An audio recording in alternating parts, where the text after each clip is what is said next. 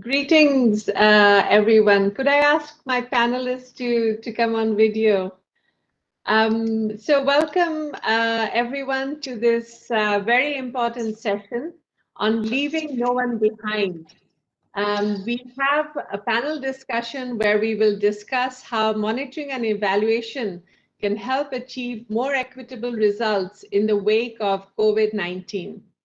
Now, I might be preaching to the converted when I say that institutionalizing monitoring and evaluation and building a strong M&E ecosystem is important, that policy and development programs are relevant, coherent, effective, efficient, and ultimately impactful in a sustainable way. The need for institutionalization of monitoring and evaluation has never been greater. COVID-19 has exposed and further aggravated vulnerabilities and inequalities. We need systematic, at-scale, and sustainable change to be able to achieve results, especially in countries like India. This session will focus on exploring and learning from the current crisis, with a specific focus on how different M&E tools can be used, institutionalized, and really made more effective in the fight for equity. I'm Dr. Yasmin Ali Haq, the UNICEF representative in India, and I have the pleasure and honor to be chairing this session today. We have some eminent panelists here with us. And at the end of the session, we hope that you are convinced why M&E is necessary for equitable results and achieving the SDGs, that we can learn from examples of how evidence can translate into meaningful action during and after COVID-19, and understand the role of each stakeholder in the process. We need to do this together.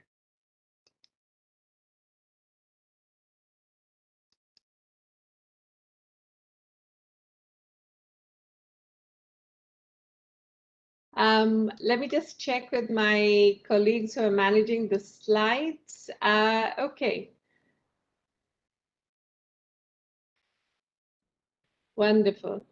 So in our panel today, really the SDGs focus on leaving no one behind. And when we look at the actions and the speed till now, we know that it has not been enough. It has not been fast enough. With only a decade left to achieve the SDGs, this is the decade of action. It calls on building stronger evaluation capacities and evidence-based policies. We need to know what works for whom, under what circumstances, and why. When I speak of the organization that I am passionate about, UNICEF, where our mandate is to fulfill the right of every child, we have invested substantially in supporting monitoring and evaluation and evidence during COVID-19 pandemic. To understand how this has impacted the lives of children and young people across the world, and importantly, what solutions are there that can be implemented.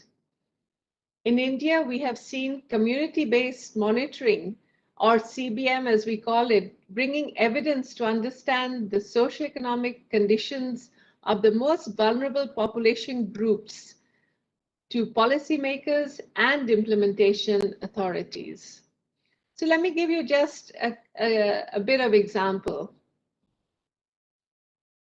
And if we could, yes. So when we look at our examples, really, it's just to give you an idea of the waves in which we have collected data. They were between June and December 2020, and we focused on a cohort-based longitudinal design looking in 12 districts in 7 states, 6 rural and 6 urban. And around 6,000 very vulnerable families followed across each wave, with close to 12,000 interviews per wave. We partnered with 13 civil society organizations and their 300 community volunteers to achieve this.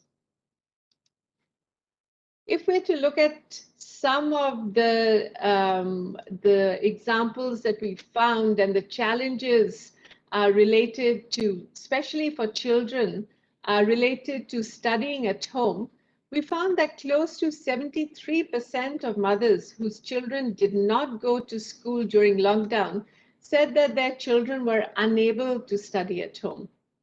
It also found that most children who did study relied on self-study techniques more than online classes. If I look at another example on how access to key services for pregnant women changed during the last year, you can see as the lockdowns eased, pregnant women had greater access to key services such as take-home rations and the key information on COVID-appropriate behavior. So what do we learn from this? We learned that vulnerabilities change over time, which really emphasizes the need for M&E to be a continuous effort, not a one-time effort. We also learned how reaching the most vulnerable is possible and can be done through community-based mechanisms, even in situations where there is very little movement or very little engagement of our usual study or data collection methodologies. However, we found that collecting information on sensitive topics still remains a challenge. And of course, that there is an ever-increasing need to invest in robust M&E efforts targeting the most vulnerable. So in this panel, let me move to the introduction of our panel members who are here with us today. I had the honor of introducing Dr. Gonzalo Hernandez Licona, who is the Director of Multidimensional Poverty Peer Network, where he coordinates 61 countries and 19 international institutions to advance and exchange ideas about implementing multidimensional poverty indicators. He was the Executive Secretary of the National Council for the Evaluation of Social Policy between 2005 and 2019, where he coordinated the evaluation of the social and the measurement of poverty at the national, state, and municipality level. He is also an expert for country-led evaluations and including that of UNICEF. Today, he is going to be presenting to us examples of different and innovative M&E tools used during COVID internationally and how India can learn from these international examples. Next, I would like to introduce Dr. Renu Singh. For those of us in India, she's a very well-known figure with 27 years of experience in policy analysis, evaluation, research, and teacher education, as well as professional development, both in India and abroad. She is the founder of Young Lives India, a research to policy center, and is also the country director for Young Lives India, a longitudinal study on childhood poverty, which is part of the University of Oxford. Today, Renu will present on the importance and challenges in undertaking research during COVID-19, and also give us an example of how Young Lives adapted to the pandemic. Our speaker, Sri Nand Kumaran, is an IAS officer with more than 13 years of experience in the Indian Administrative Service. He is the Chief Executive Officer of the Madhya Pradesh State Electronics Development Corporation. And in addition, he is also the Mission Director of the Integrated Social Security Mission, Samagra, with the government of Madhya Pradesh. Today, we will hear from Sri Kumaram an example of how MP government leveraged existing monitoring tools during COVID, lessons learned, and the plans for improvement. So with these introductions, I believe we will start with our first speaker, and that is Sri Kumarakam. So over to you, sir, for your presentation. Thank you, ma'am, for having me here and giving me an opportunity to be part of this celebrated and quite enlightened panel and speak to a wide audience. So I'll just go through the slides which we have prepared shortly for this event. Yeah, next, please. So we have structured the presentation for around, say, 10-12 minutes. And in this, we have just collated the various components of M&E that we had and that we tried to leverage for governance in general and COVID in particular, which was a short burst of action which we saw, and many uncharted territory were explored, tried, succeeded, failed, and again retried, so we could share some of the experience. And next, please. This is one slide which I would like to discuss, that traditionally we have a system of monitoring and evaluation, and we have a parameter for a scheme delivery and a parameter to examine that whether what we had initially thought, is it working. And in COVID, the best part was that the feedback was instantaneous. So if you are generally doing a policy, say Janni Suraksha Yojana, where you want to study the impact of a conditional cash transfer on how things are moving, and as far as MMR is moving or IMMR is moving or health is moving. So you have a long time to study, and the feedback also takes its own time. But in COVID, if you are deciding a thing today, within a week, you get a feedback that whether this is working or not. So the choice was first to go for digital parameters, and second was to identify proxy. So on the proxy part, say for example, people were trapped in a place, say the place where they are not normally resident.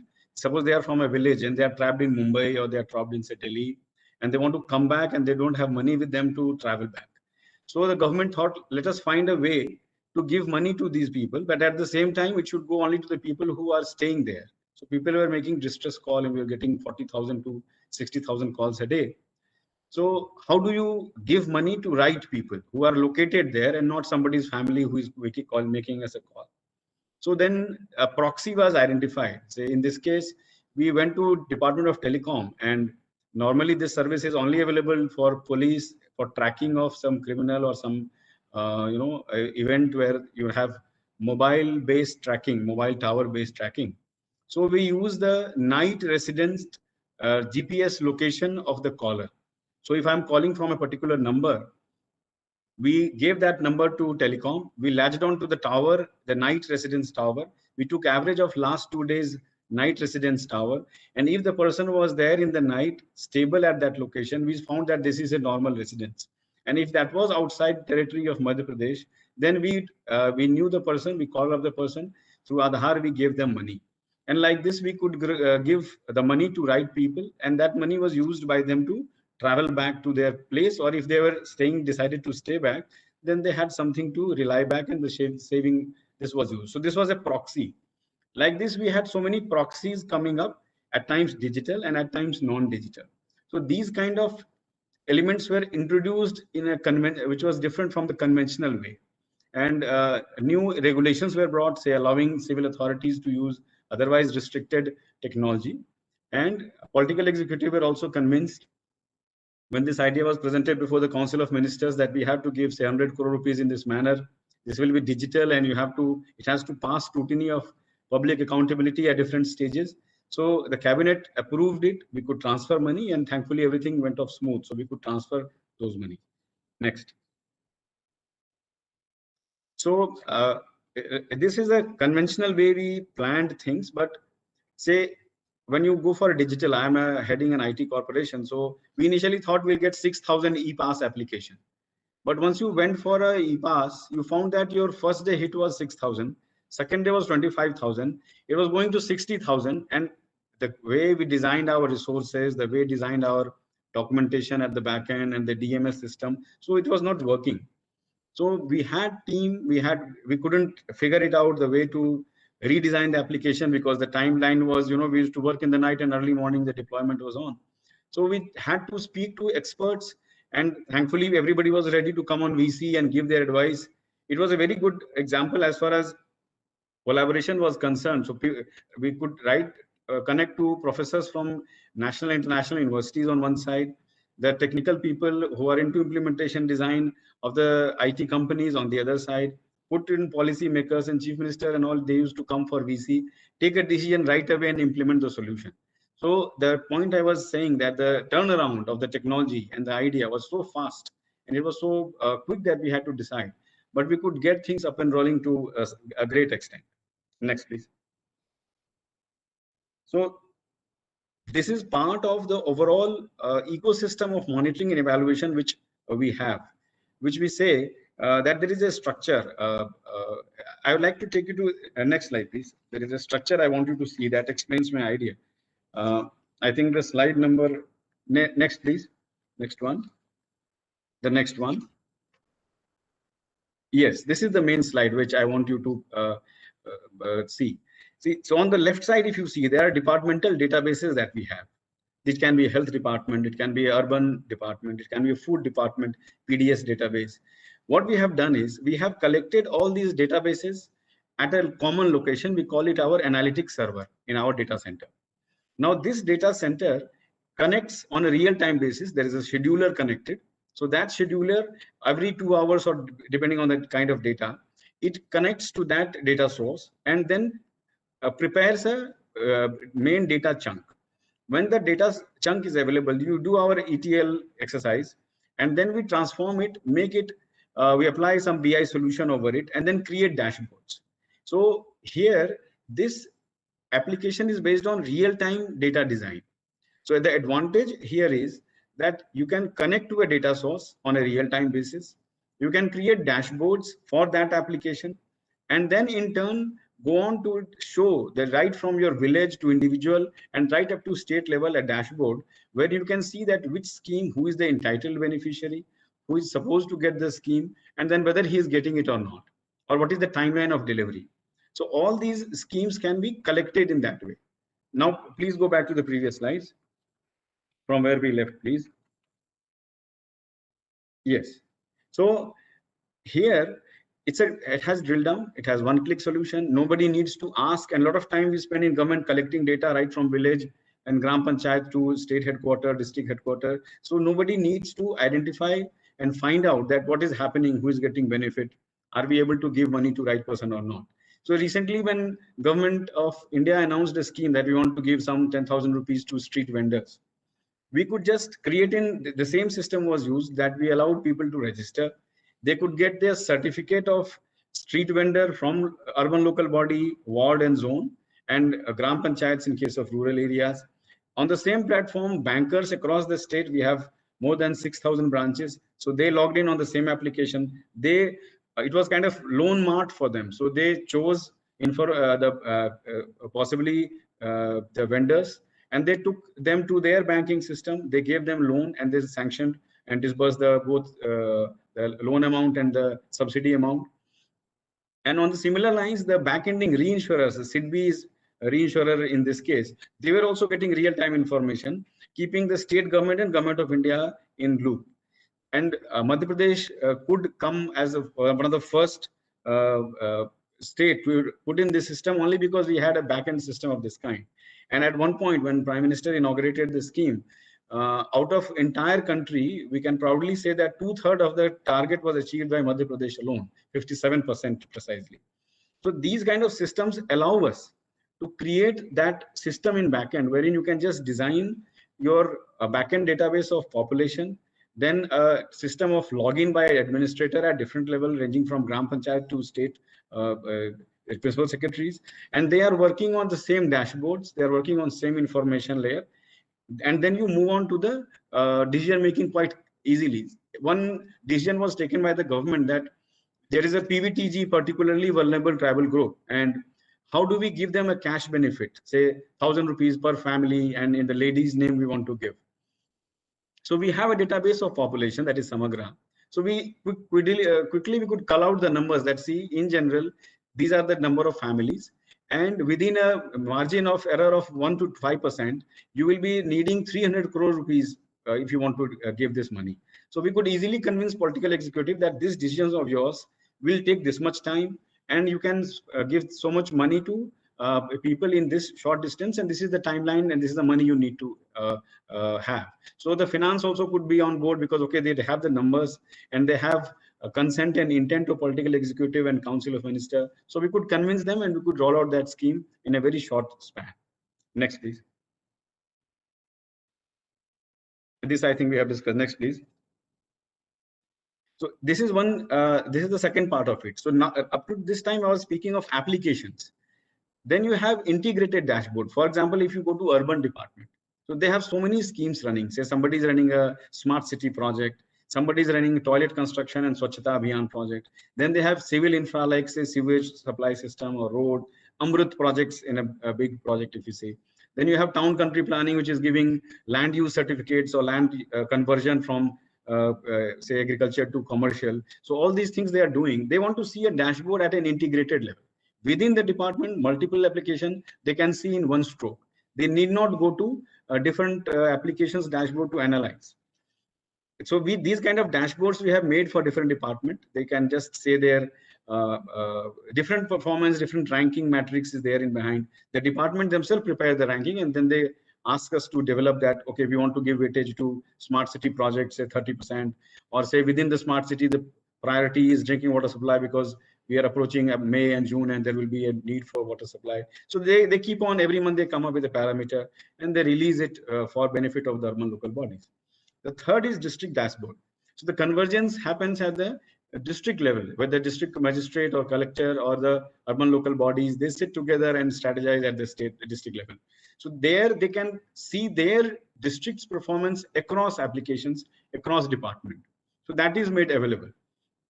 And on similar lines, ranking. So every department comes up with a ranking parameter, their own KPI is there. In this, we have taken help of Niti Aayog, and they were kind enough to advise us on how to design and align it to the SDG goals. So in some of the elements we could easily align, and in some we couldn't, and that's a work in progress. We are working on that. So these district ranking dashboards, so every district, say it's a block level or a district level officer, say DD agriculture or any department, so they have a ranking system in place, and they give rank to their officials, right, block to state, and that is easily monitored, and every month chief minister has a VC with the team, so they are awarded or disincentivized based on this ranking. Thank you. Next slide, please. Yeah, this we discussed, and just a snapshot I think I have covered. Yeah, this one. So here the this slide came because we of help of Niti Aayog. They gave us that, you know, it's a very good activity the way you are doing. Now let us structure like this, wherein there is an outcome. Say you want to align with the SDG, then you have an output. We had an Atmanirbhar target, and we have aligned around 470 targets under output category. It is broken down into various activities, and then say sub activity. And all this is seen digitally by the key decision people. So they can see that, okay, this department has dependence on the other departments, this activity, and then you can forward or backward do the calculation that, okay, how good you are moving. So review is taken at different level. So this framework has been designed now, and we are trying to take this framework now to all departments dashboard and gradually improve it. Yeah. Next, please. The Samagra part, wherein what we have done is that we have created a citizen database, their name, their BPL status, their caste, their account number, their family. There is a family structure which is not there in Aadhaar, and that is an improvisation over Aadhaar. So, and that information is now used by different departments. We have listed a scheme here, you know, whether it is maternity benefit, whether it is PDS, or there's MDM, or a scholarship, or a security, a social security scheme. So there are a bundle of schemes woven around that database. Next, please. These are some of the numbers. I would like to take your attention to the Mukhyamantri Kisan Kalyan Yojana. It's an extension of the Prime Minister Agriculture Scheme, wherein they are giving 6,000 rupees per farmer. So around 80 lakh beneficiary are there in that scheme. So the government said that, okay, in the distress, the farmers distress, let us give them 4,000 more. So we could quickly arrive at the number. And so at present, as you see this dashboard, it was, I think, picked up 2 days back. So out of 81 lakh, 75 lakh people have got the benefit. And we are transferring fund like this.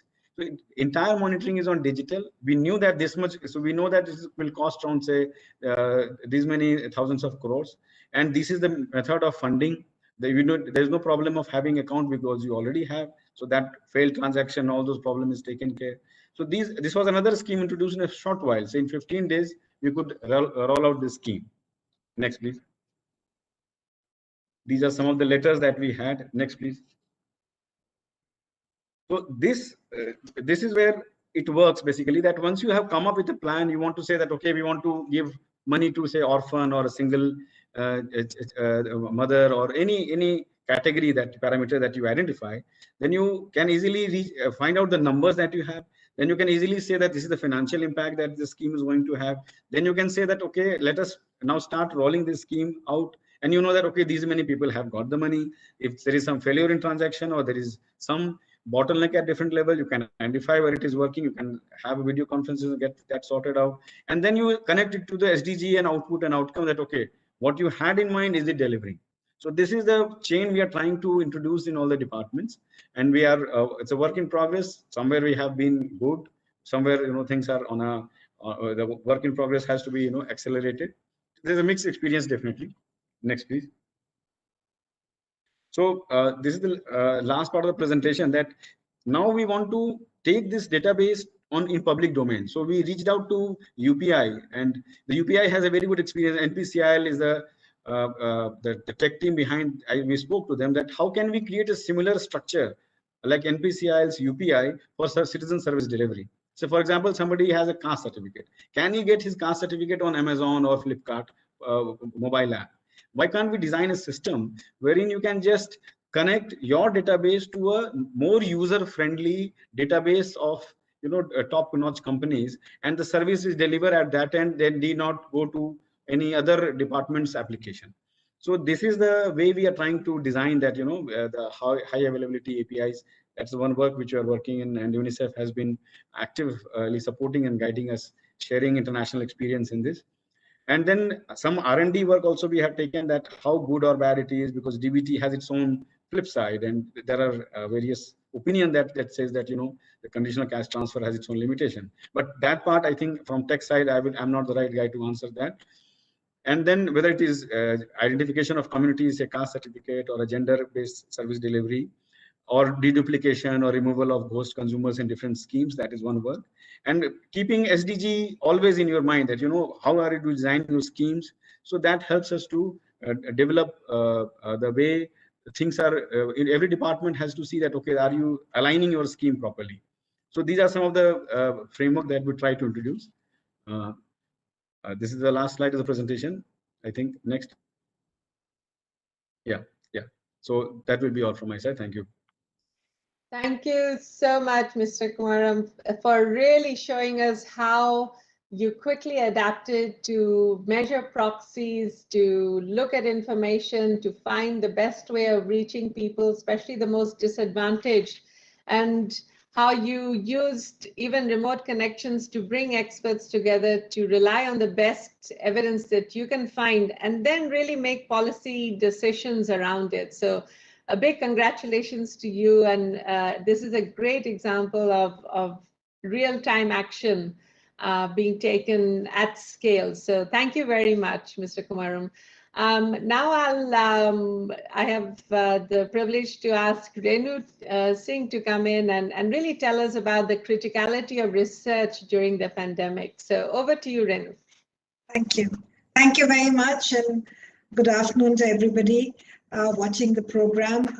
I think it's been wonderful hearing Mr. Kumaram talk about the Samagra and how we have responded to the pandemic on such a large scale by the government, and it's very, very gratifying to hear more about that. I'm just going to share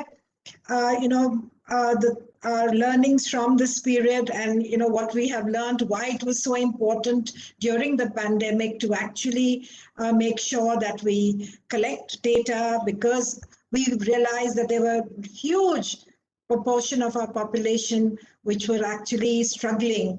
Loss of livelihoods were happening. People had to migrate out of larger cities back to their hometowns. There were inequities anyway pre-existing pre the pandemic. But I think during the pandemic, the inequities became even more stark. And therefore, I think more than ever, the importance of strong data and evidence to be able to respond, just as Mr. Kumaram just said, it was so important for us to understand what were the lived experiences of most vulnerable populations, and also to be able to then develop solutions to counter these inequities. So, I mean, I think all of us in the development sector, particularly working with children and youth, believe that whatever data we collect in terms of research or monitoring evaluation needs to feed back to the government, because that is the whole stance of how do we bring back evidence to influence policy and what steps need to be taken immediately. During the pandemic, I think it was a crisis situation, and therefore in this crisis to make sure that we are including voices of the most vulnerable populations, including children, adolescents, youth, elderly, people with disabilities, migrants and minorities, who were in any case experiencing very high degrees of socioeconomic marginalization pre-COVID. But after this became even more stark, I think nobody is going to not agree that it was really, really critical for us to therefore reach, the last person there and not leave anybody behind, which is what the title of this session is all about. Can we go to the next, please?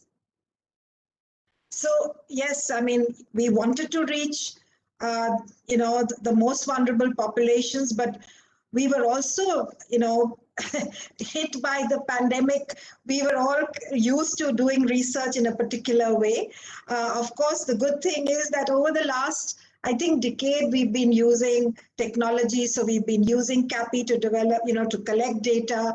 So we were using technology, but we often in the past, we were asked, for example, Young Lives, which runs a longitudinal study, does tracking between rounds. We were often asked, do you think, and we would ask ourselves in the team, that do you think we should be doing a telephone survey for doing tracking? And then we would turn around and say, no, but people don't have telephones, and how are we going to reach everybody? We're going to have large attrition, and we would back out.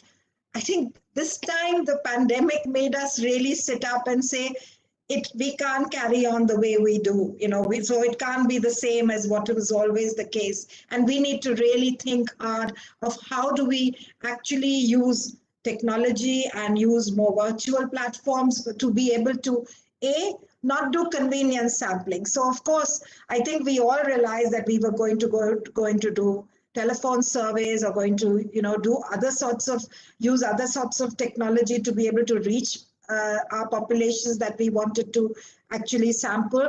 But I think one of the biggest challenges was, how do we not do convenience sampling? Because the people who did have telephones, if we were to run a telephone survey, were not the most marginalized.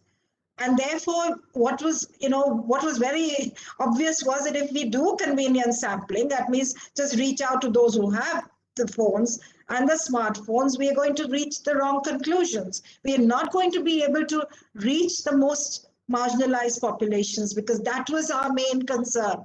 And of course, it also threw up new research ethics dilemmas, because if you're calling people, and even if you run a telephone survey, how do you make sure that you're going to be able to, give them the support they need? So if somebody is in a really dire situation, how do you make sure, if there are mental health issues, for example, how do you make sure that your team has the expertise to be able to give them the support or make the referral? So there were a whole lot of new research ethics dilemmas, which became even more confounded during this period. Also, there was the rush to do this quickly, because there was no point waiting and saying we're going to sort this out over time and think of new methodologies. So I think there was also a huge challenge in terms of responding immediately. So data collection, data management, analytical frames, all of those needed to be quickly resolved to be able to make sure that we were reaching and doing the right evaluations and research, and reaching the sample that we wanted to reach. Can we go to the next one, please? So just to give you a little idea of what the Young Lives Longitudinal Study is about, we've been running, we're a 4-country study in Peru, Ethiopia, Vietnam, and India. And the Young Lives Longitudinal Study is run out of the University of Oxford.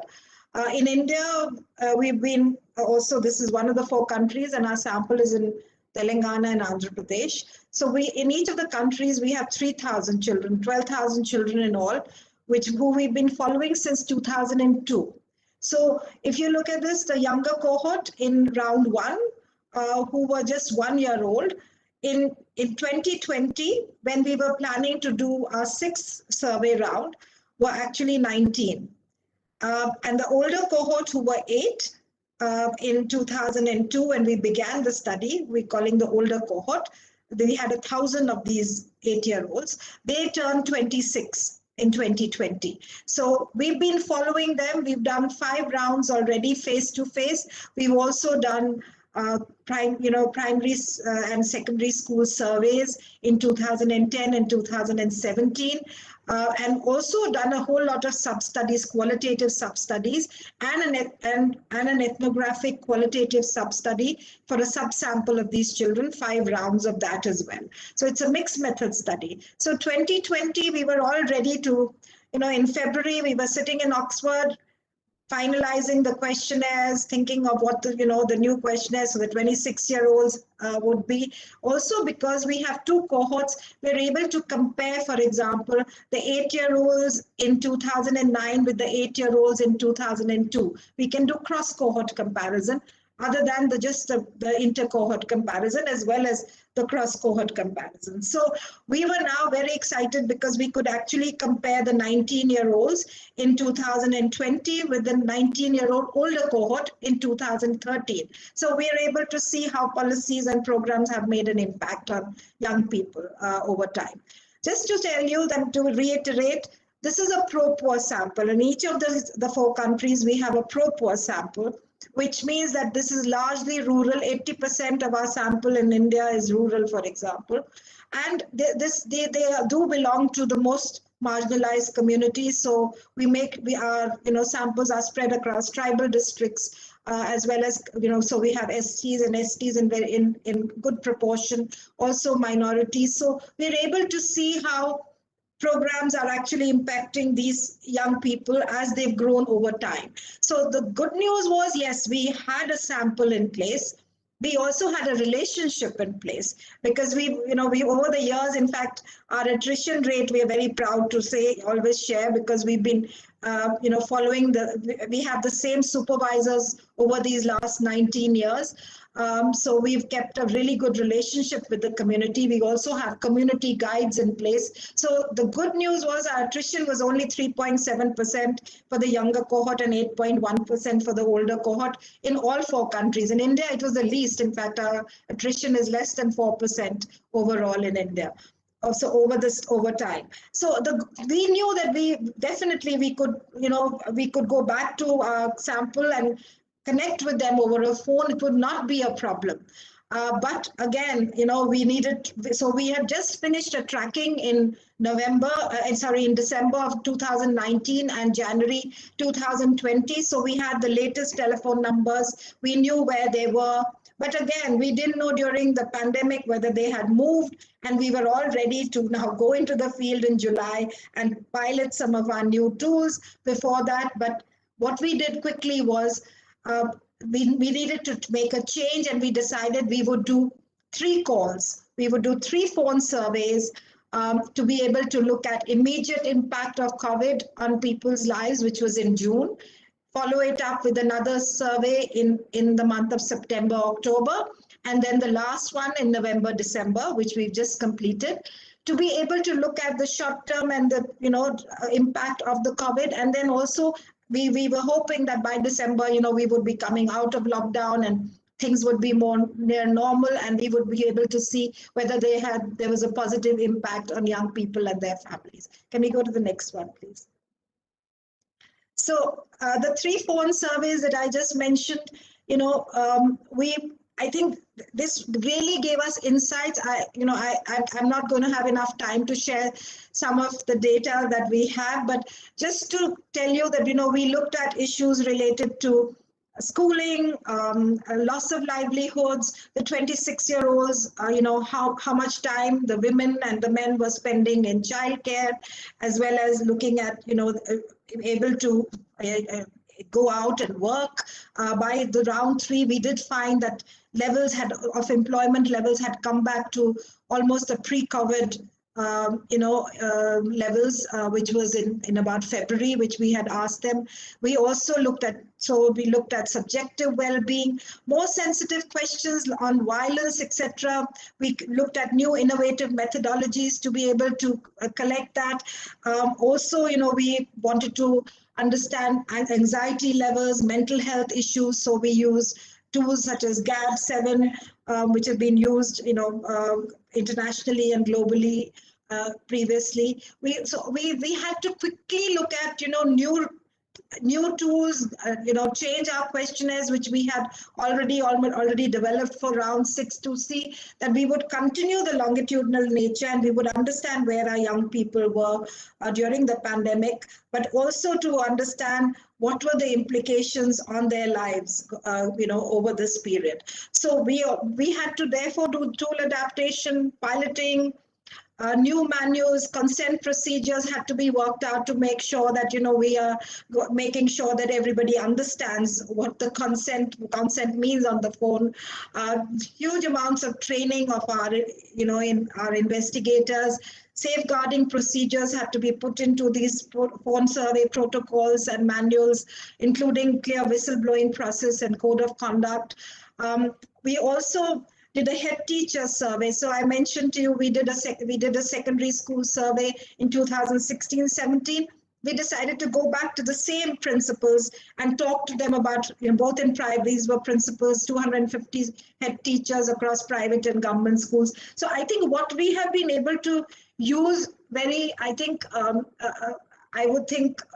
very cleverly is our already existing relationships in the communities, with whether it was an evaluation of and research into schooling during the pandemic, or going back to our own cohorts where we already had a relationship. I also have to tell you that though we planned 3 calls, the second call, the first and the third call were about 30 minutes long. The second call was 45 minutes, and actually we had to do as many as sometimes 3 phone calls to cover all the questionnaire, because young women, especially 26-year-olds who were in childcare and looking after their households, could not give us half an hour at a time. So sometimes it was just a 15-minute call and we had to do another call when they wanted it. So all these adaptations had to be made. We also did a very interesting sub-study with people with disabilities in our own cohort, because we wanted to understand what is happening to them during this period. And we used a hybrid model where we use our community guides to take tablets to their homes and put on, the tablets, and we were sitting remotely, a team of 2 people, a special educator, because often they were using sign language and we needed a special educator in the team, as well as a qualitative researcher to be able to, talk to them and interview them and their families. So we've also tried using different technologies for different pieces of research during this period.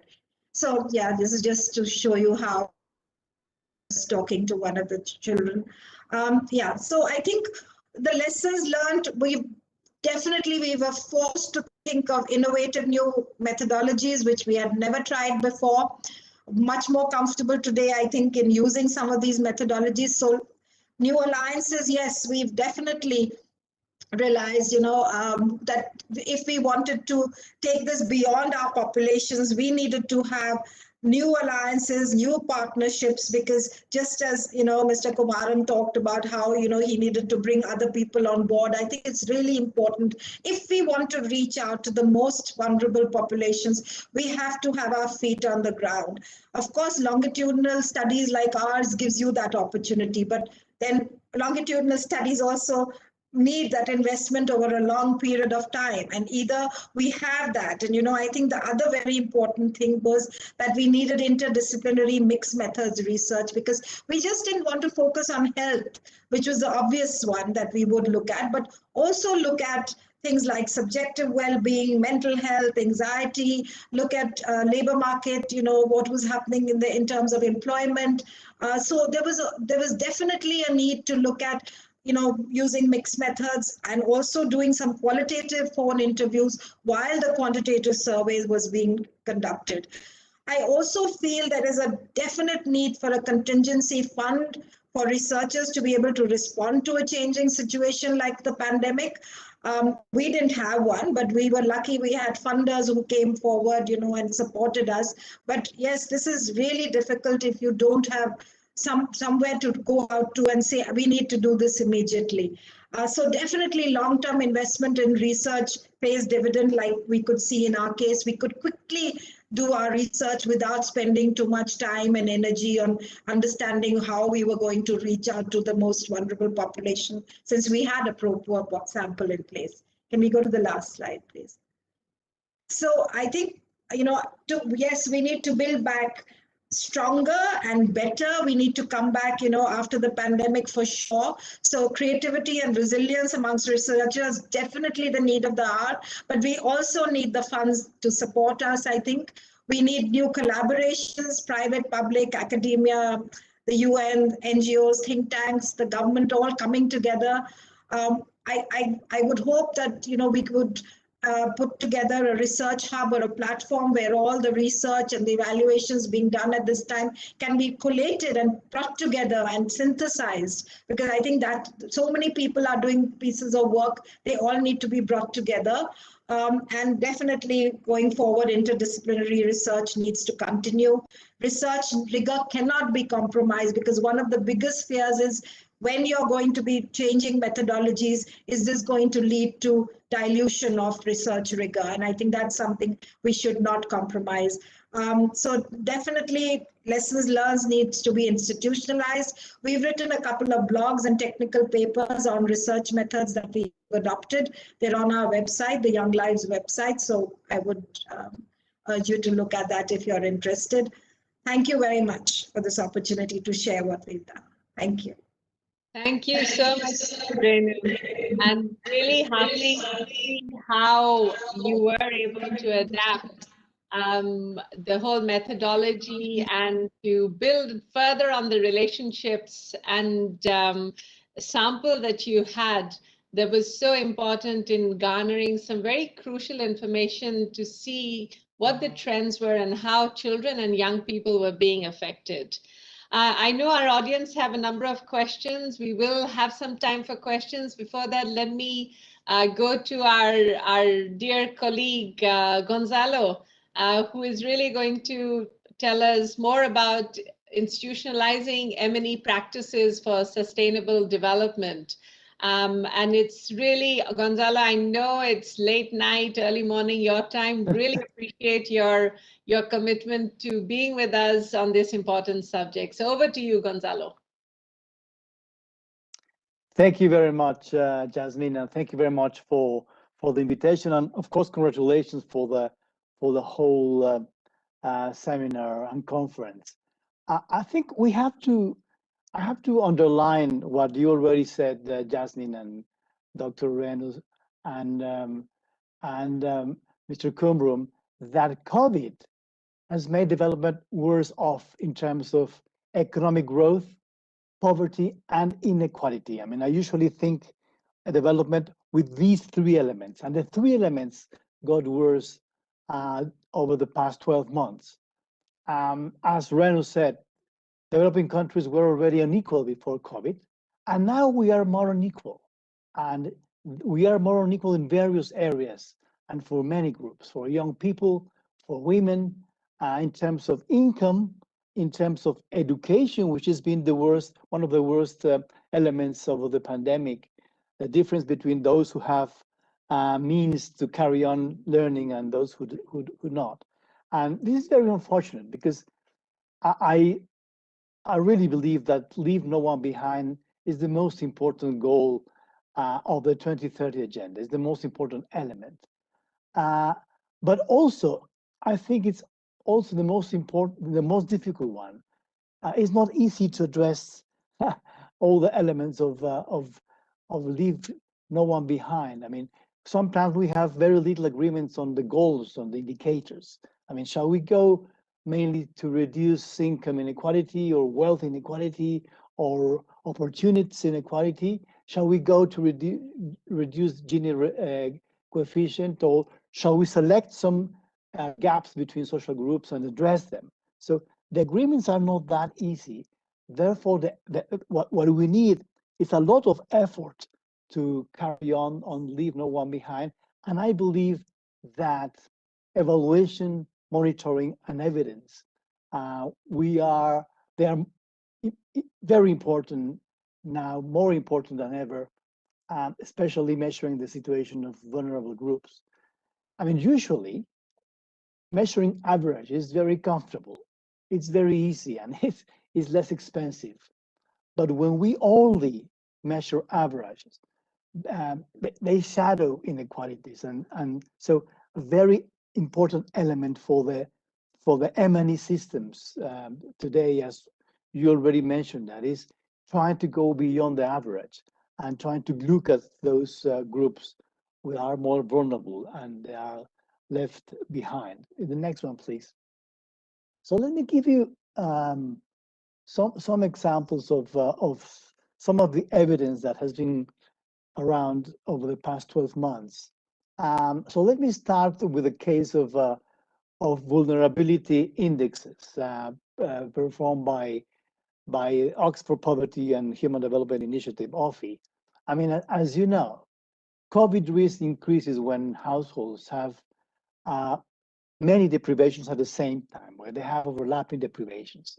So for instance, a household, a family without water, with undernutrition, where cooking fuel is not healthy, or where they have lack of access to health services. When you have multiple deprivation at the same time, the risk for you to get sick on COVID and morbidities are higher, and therefore we are able to produce vulnerability indexes based on the multidimensional poverty approaches in regions such as the sub-Saharan Africa. I'll give you some maps in a minute.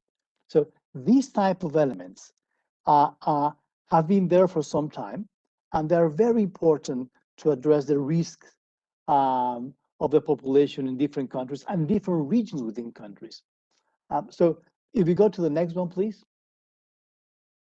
So this is an example of in a paper by OFI where they applied these vulnerability indexes for sub-Saharan Africa, where you could see the darker the color, the more the risk you have, the more risk population you have, and therefore it gives you the information for countries and for governments to address those regions primarily, with our priority. So this is the example they've done.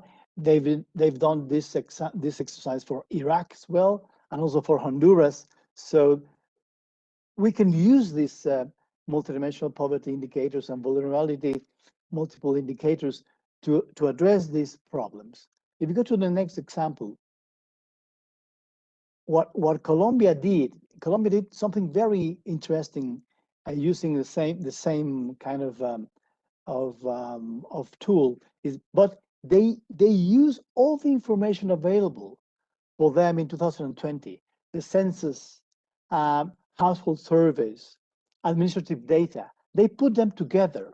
They link with a identification process, and they were able to have these maps. This is an example of Bogota in Colombia, where you can go very deep into neighborhoods and to show the government where the vulnerable people are in Colombia or in any other city in Colombia. So again, these are maps to show the problems of those left behind before COVID, meaning that when COVID got to Colombia, those people were more vulnerable than others. And the same happened if you go to the next one. The same happened in Mexico. If someone wants to go into the links, you can do that. We're going to show to give you the presentation so you can wander around this example. So if you go to the next one, in the Mexican case, what happens is that Coneval was able to produce these type of maps where they put together municipalities by the poverty degree together with COVID cases. So every 15 days, every fortnight, they were changing the information to see what is happening with poverty before COVID, and what was happening with the cases of COVID, so they can help the government and local governments to address properly the COVID response. So these are examples of using what we already have before COVID. If you go to the next one, this is another example of a different kind, in which in Mexico they were able to evaluate a program. A program is called Health and Reproductive Program for Women. And what happened during COVID is that because of COVID, women stopped having access to sexual and reproductive health services. Health centers actually stopped providing this service, and contraceptive methods were not available. Therefore, women were not able to attend follow-up checkup. So this is an example of a gender bias because of COVID. And the evaluation said that if the government suspended this program because the government had problems with the budget for this program, what would happen? What would happen with in terms of unwanted pregnancies, either with a conservative forecast or a pessimistic forecast? So this was another example of an evaluation showing a problem with one of the vulnerable groups. And finally, if we go to the next slide, we have so the idea here is very similar to what 3IE is doing with the evidence gap maps, and I believe 3IE will be here later in the day. The evidence gap maps in this case is to try to put together in a matrix the policy responses to COVID according to various variables or various groups or rights, and therefore you are able to have in this matrix what has been done, identify priorities, identify lack of interventions on policies and studies in various areas, and therefore you can have a map of what is going on and what is left behind. In fact, UNDP has been doing this type of exercises for Latin America over the past 10 months, and it's been very successful in trying to pay attention for governments on what is the things that are left behind and the groups that are left behind in terms of policy. The next one, please. So these are some examples, together with examples, extraordinary examples that we already saw here in the panel. But we need to do something else because, as I said before, leave no one behind is one of the most difficult and important goals for the SDGs. And and COVID is really, it came just to make things worse. So 3IE again, 3IE suggests three elements, three evaluations to be done as a suggestion. One is, of course, testing novel ways of virtual learning, because as we know, as Renu said, with education part has been one of the most problematic elements hit by COVID. So those who had, I mean, all children suffer because of the virtual learning. But of course, some children suffer more because of the lack of electricity, the lack of internet, the lack of means to carry on with their lessons. and therefore those elements are important. The second one is, of course, estimating the socioeconomic impact of the pandemics. And the third suggestion from 3IE is we need studies and evaluations to understand more the impact of government policy responses to the pandemic.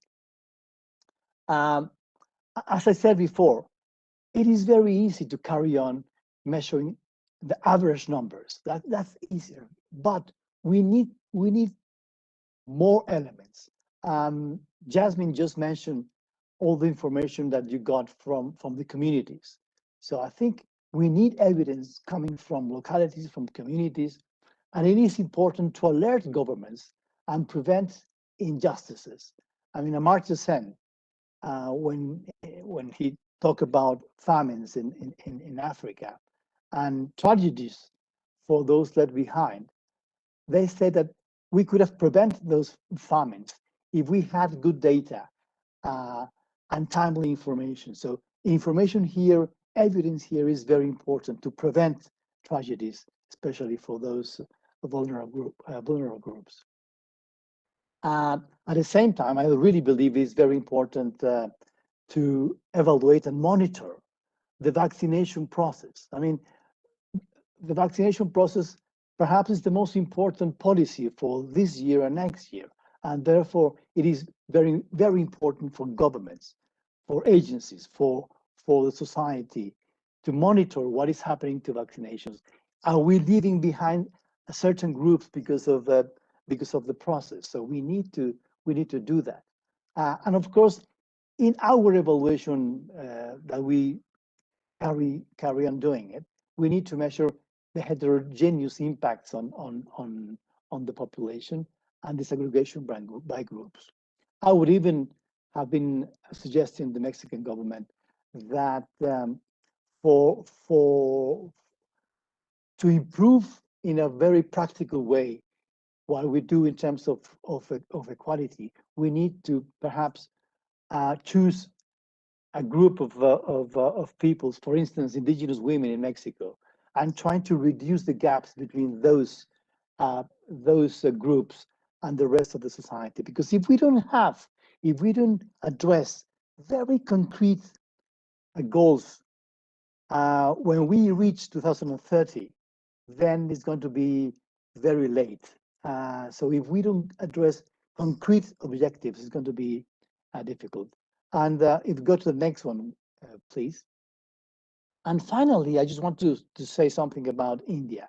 I said something similar yesterday in the previous panel. So I just want to say that that India, with the history on evaluation, with the things that they're doing right now, with the effort made by the DMEO and the great team, Niti Aayog, with the partners such as UNICEF, 3IE, JPAL, CLEAR, and of course with the biggest democracy in the world. I think India has all the elements to be a real good, excellent player in terms of monitoring and evaluation. I'm sure that this conference is going to be very useful for India to address that important endeavor. Thank you very much. Thank you so much, Gonzalo. That was really giving us a good view of how other countries have also adapted systems and really used the data. And I really appreciate the forward agenda that you've also placed. It's really looking at the vaccination as a major policy decision that has been taken. How is that going? And is it reaching the marginalized, especially those who we know are most marginalized in all countries? So really appreciate that.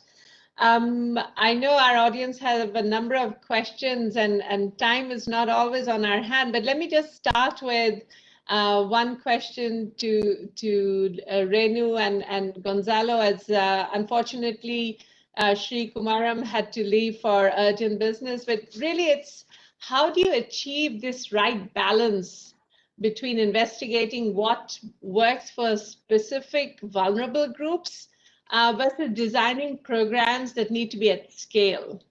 So Renu, could I ask you to go?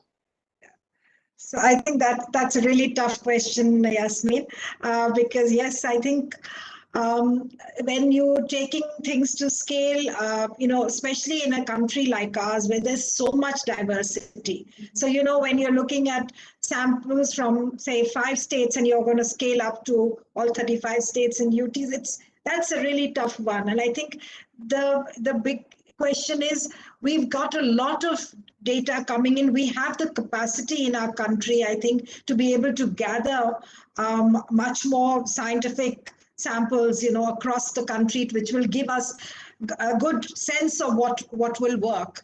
I think we've also heard from Mr. Kumaram. I wish he was here. He would probably be the best person to talk about scaling. But I think we have the capacity, I think, in our country. I think we just need to build, the structure and the infrastructure to be able to respond to crises and pandemics like this one, so that we are able to then scale up what we know works in us, because our pilots are not going to be across the country. They will be limited, but we will have lots of very valuable lessons which we could really take forward and take to scale.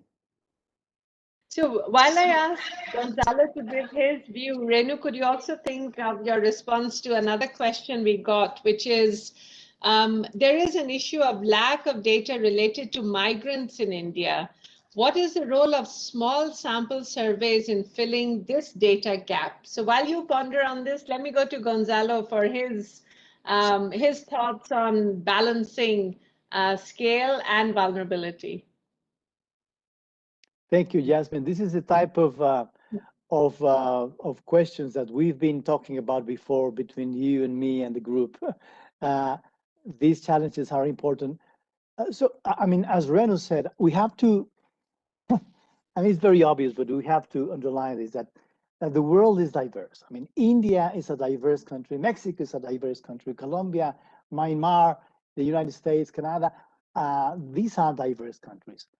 And it's always a challenge to address the need of the average person together with the need of those who are not average, who are different, with the vulnerable groups, especially when public policy is not always designed by vulnerable groups. Mm-hmm. So for instance, as a man, I may not be aware of the importance of breastfeeding facilities in the office, or may not be aware of the need of ramps for certain disabilities.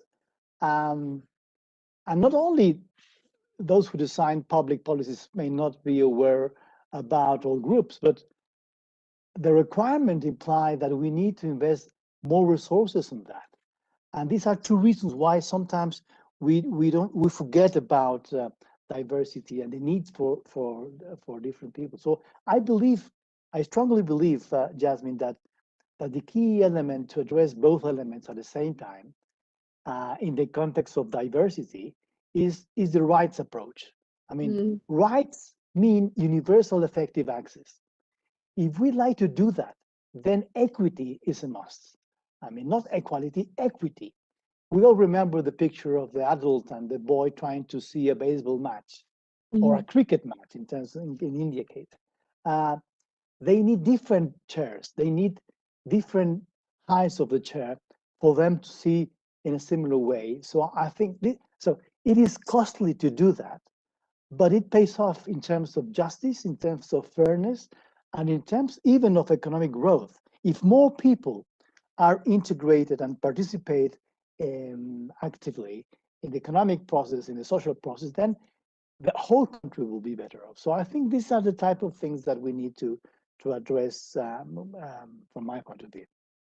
Thank you so much, Gonzalo. Definitely justice, fairness, and equity, important principles in how we address monitoring and evaluation for a better outcome for people. Renu, do you have anything to say on the question to you on migrants?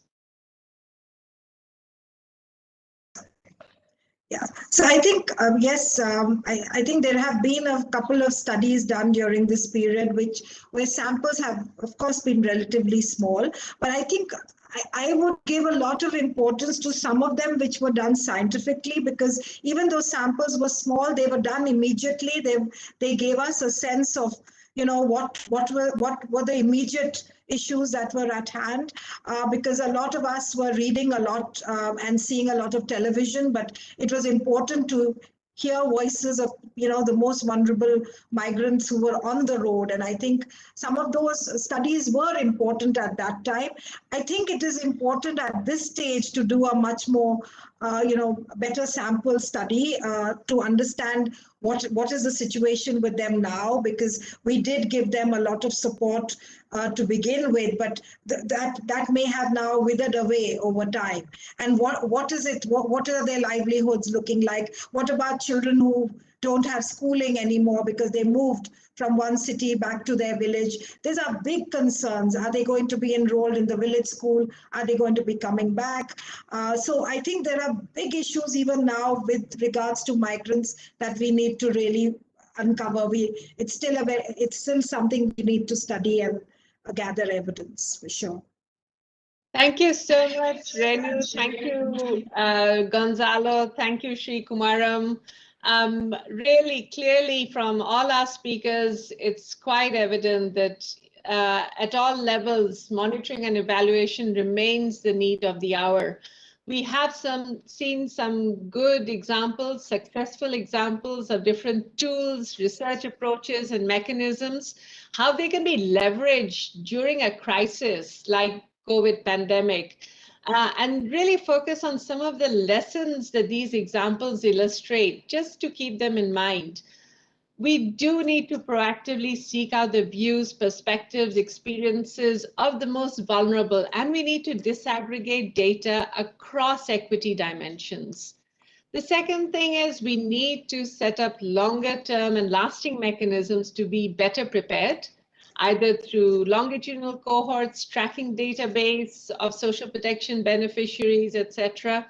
We also have to use different and creative tools and approaches to respond flexibly, being more agile in forecasting, modeling, creating maps, and then cross-checking and see change over time. And very importantly, we need to invest in this, in new partnerships across stakeholders, investment not just in relationships, but also we do need the financial support that is needed.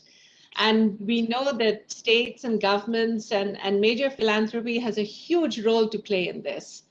So colleagues, I want to thank you all once again for sharing your very valuable thoughts with us, for responding to some of our questions, and also to everyone who is joined in this session, for paying importance to this session, which is about leaving no one behind, and the importance of M&E to achieve justice, equity, and really reaching out to make sure that fairness is in what we do. Please do log in for the next session at 2 p.m. India time today on emerging approaches and technologies for evidence generation. The chat box will show you the link to this session. And I really thank you for your attention, for your thoughts, your questions.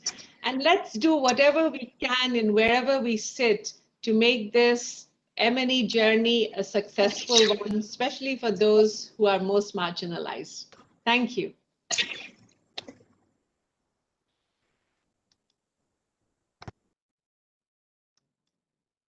Thank you very much. Cheers. Cheers.